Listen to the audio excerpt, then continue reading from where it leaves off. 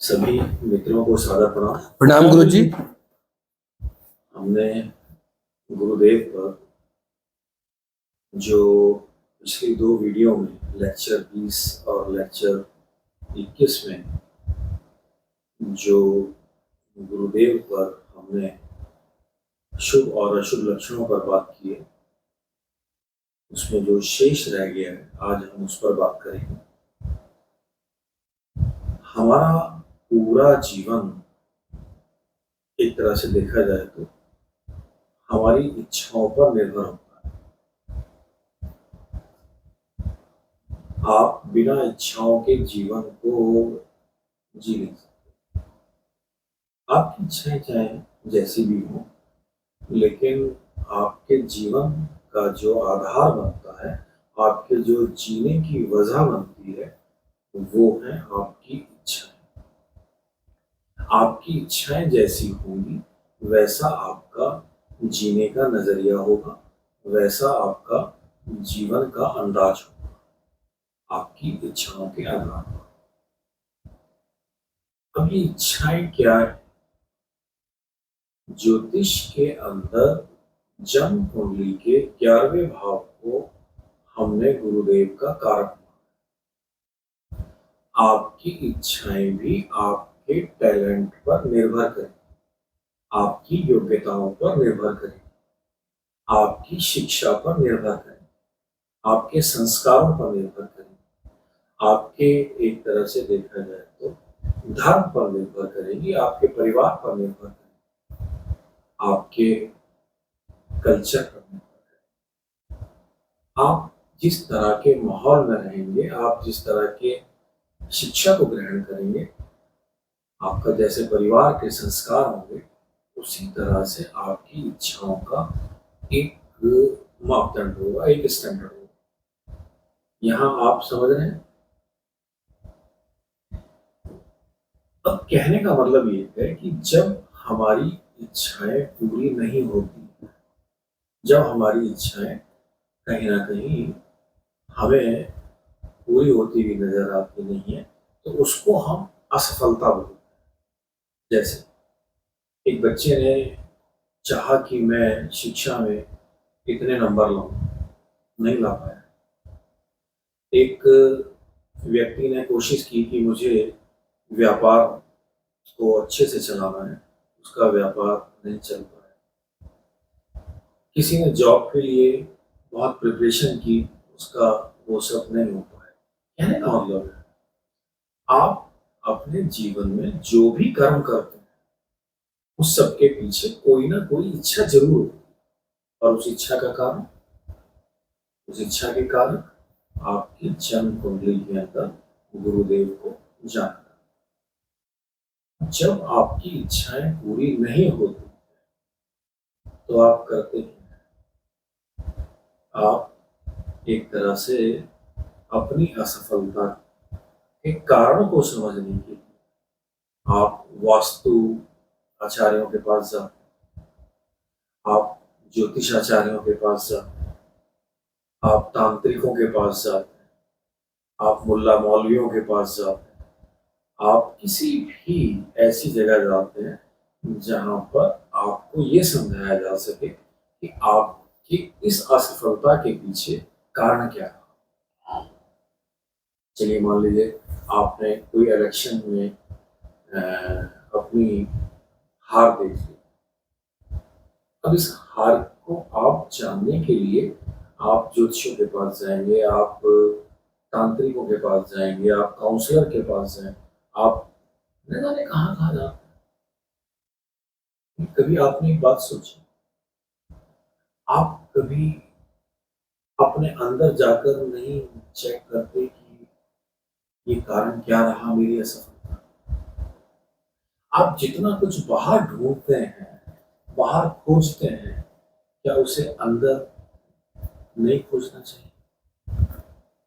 आपकी असफलता के कारण सिर्फ आपको अपने अंदर से नहीं, जब आपकी जन्म कुंडली के अंदर गुरुदेव किसी भी कारण से अशुभ हो रहे होंगे, तो आपके सारे टैलेंट खराब हो जाते हैं, आपकी सारी योग्यताएं खराब हो जाती हैं। और कभी कभी तो हम क्या करते हैं, हमें जो भी कुछ मिला होता है, एक तरह से देखा जाए तो आपको धन मिला, संपदा मिली, आपको ऐश्वर्य मिला, मान सम्मान मिला, आपको पद मिला, लेकिन आप उसे खो देते हैं। लेकिन कब खोते हैं? जब आपकी जन्म कुंडली के अंदर गुरुदेव अशुभ हो। आखिर आप ऐसा क्यों करते हैं? ऐसा क्यों खो देते हैं? सब कुछ पाकर भी आप खो देते हैं। इसके पीछे कारण क्या है? इसके पीछे एक ही कारण है कि जो आपको मिला है, ज्ञान मिला, धन मिला, समृद्धि मिली, आपको जो भी कुछ मिला, उसका श्रेय आप गुरु को नहीं देते। आप कहते हैं मैंने खुद पाया। आप गुरुजनों का नाम तक नहीं लेते, जिनके आशीर्वाद से आपको ये सब मिला है। आप अपने गुरु की चर्चा तक भी नहीं करते। ये गुरु दोष आपको जैसे ही लगता है, आपने जो पाया है वो आपसे खो जाता है। रावण का हाल तो आपने देखा होगा। रावण का तो कोई गुरु नहीं। जिनकी जन्म कुंडली के अंदर गुरुदेव किसी भी कारण से अशुभ हैं, वो अपनी जिंदगी में कुछ हासिल करके भी खो देंगे। लेकिन जिनकी जन्म कुंडली के अंदर गुरुदेव अच्छी पोजीशन, उनके जीवन में संघर्ष चाहे जितना भी हो, उनके जीवन में जो भी प्राप्त होता है उन्हें, वो स्थिर रहता है। जो भी हो ज्ञान, तो आप जो भी ज्ञान हासिल करते हैं, अगर आप अपने गुरुजनों को सम्मान नहीं देते हैं, जिनसे आपने कुछ सीखा, जिनसे आपने कुछ जाना, तो आप याद रखना कि गुरु दोष लगता है और आपके जीवन के अंदर डिप्रेशन आता है, आपका दिमाग खराब हो जाता है, आपकी बुद्धि काम नहीं करती, आपको रोग घेर लेते हैं, आपके अंदर एक तरह से देखा जाए तो सब कुछ अस्त व्यस्त हो जाता है, आपको शत्रु घेर लेते हैं, आपकी जिंदगी कोर्ट कचहरी मुकदमों में गुजर जाती है। मात्र इतना क्योंकि आपके जीवन के अंदर गुरु का सब खो गया। और इसको खोता कौन? आप, कोई और नहीं। आपने कभी इस बात पर ध्यान नहीं दिया, एक वृक्ष की कोई शाखा, कोई टहनी, जब वो वृक्ष से अलग होकर चलती है तो वो सूख जाती है, खत्म हो जाती है। लेकिन हमारे जीवन के अंदर हम अपने पूर्वजों को श्रेय नहीं देते, अपने माता पिता को श्रेय नहीं देते, हम अपने गुरुजनों को श्रेय नहीं देते। हम सोचते हैं जो हमने पाया ये हमने पाया, इसकी योग्यता सिर्फ हमारी। ये सब हो जाता है, नहीं बचता कुछ। इसलिए गुरु दोष आपको आपकी सोच से भी लग सकता है। आपकी जन्म कुंडली के अंदर ये बात समझ में आती है कि गुरु अशुभ है, लेकिन कभी कभी तो आपको कुछ दूसरे ग्रहों के माध्यम से कुछ चीजें हासिल भी हो जाती हैं, लेकिन गुरु आशीर्वाद अगर ना हो, गुरु संग ना हो, गुरु की कृपा आपके ऊपर ना हो, सब खो जाए, सब खत्म हो जाए। ऐसा समझिए, हमारे जीवन के अंदर एक तरह से देखा जाए तो जितने भी दोष लगते हैं वो सब हमारी वजह से लगते हैं। उसका जिम्मेदार कोई और नहीं, हम खुद हैं।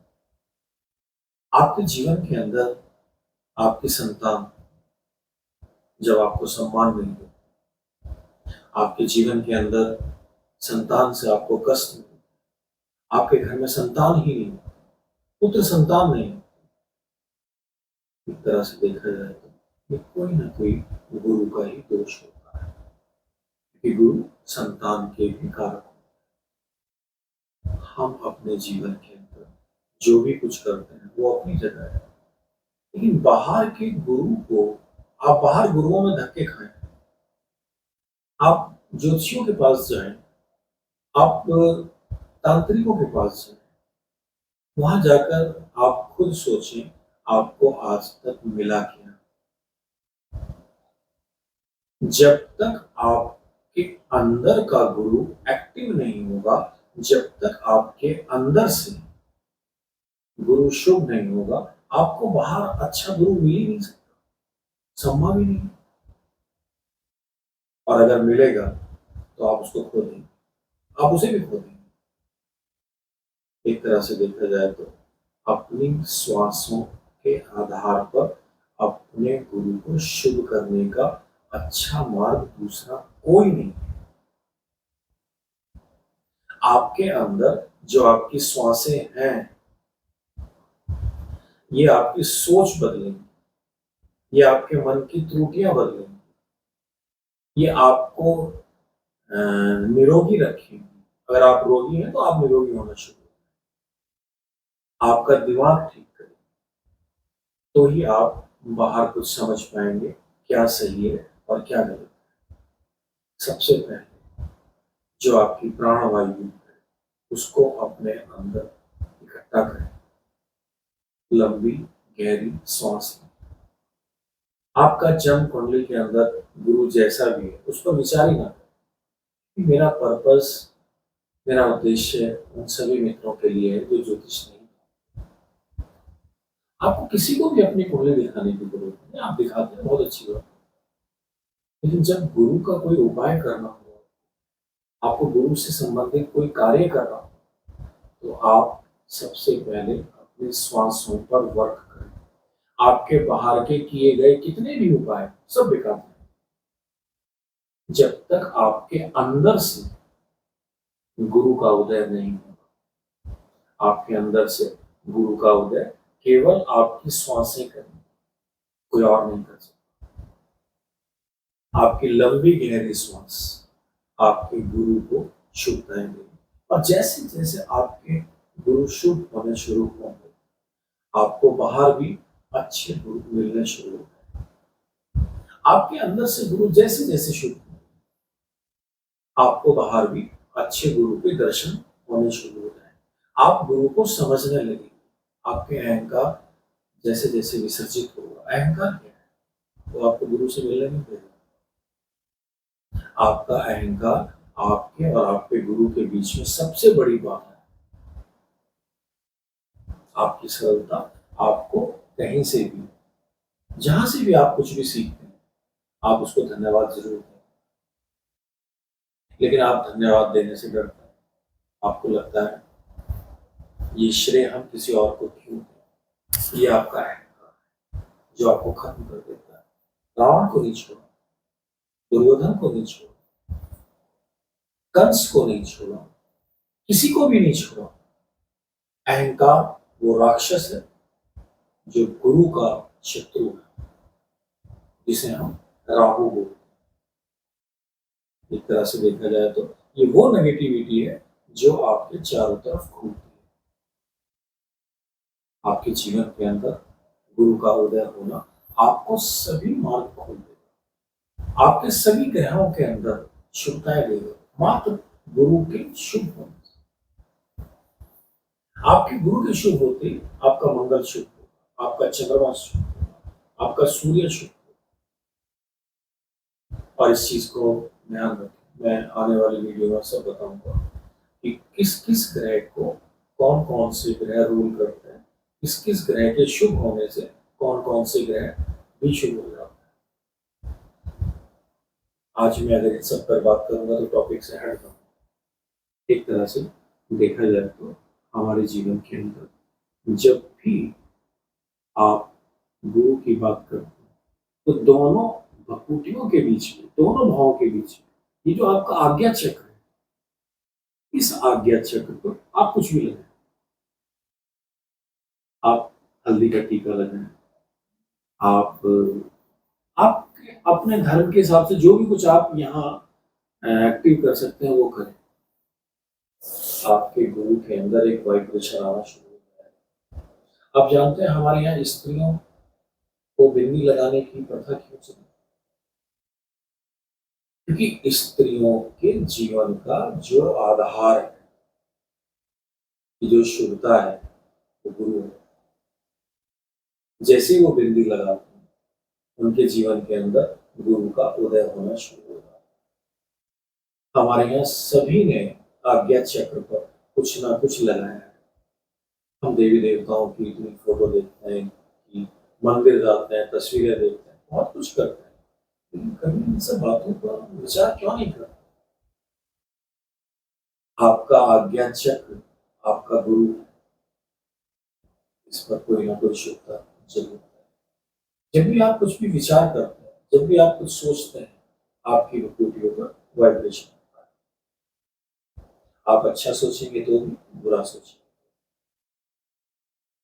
आज्ञा चक्र पर हल्दी का टीका लगाएं, रोली का टीका लगाएं, चावल लगाएं। ये गुरु मंगल चंद्रमा, जैसे ही आप अपनी आज्ञा चक्र पर लगाते हैं, आपके जीवन के अंदर गुरु एक्टिव होना शुरू हो जाते हैं, गुरु उदय होना शुरू हो जाते हैं। गुरु की बहुत सारी बातें मुझे आपसे करनी है। मैं चाहता हूँ कि वीडियो बहुत लंबी ना हो, आपको धीरे धीरे वो सब कुछ मैं बताऊं। गुरु के एक पार्ट पर मैं अभी और बात करूंगा आपसे, जिसको मैं बहुत सरल ढंग से गुरु के कुछ उपाय भी बताऊंगा कि जीवन शैली के अंदर आप जब गुरु को धारण करने का मतलब क्या है? सब कहते हैं गुरु को धारण करो। गुरु को धारण करने का मतलब कुछ धागे धारण करने से नहीं, वो अपनी जगह। गुरु को धारण करने का मतलब है आप अपने श्वासों पर नियंत्रण रखें, आप अपने श्वासों को स्वस्थ करें। जैसे ही आपकी श्वासें स्वस्थ होंगी, आप होश में आएंगे। क्योंकि गुरु को धारण करने का मतलब है आपने अपनी श्वासों को ठीक कर लिया। जब तक आपकी श्वासें विक्षिप्त, आप कुछ भी धारण कर लें, कुछ नहीं होगा। पहला काम आपको अपनी श्वासों पर करना है। श्वासों को ठीक करते ही आपके जीवन में गुरु का उदय होना शुरू हो जाएगा। आज बस इतना ही। आपका कोई प्रश्न? नहीं गुरु जी, धन्यवाद गुरु जी।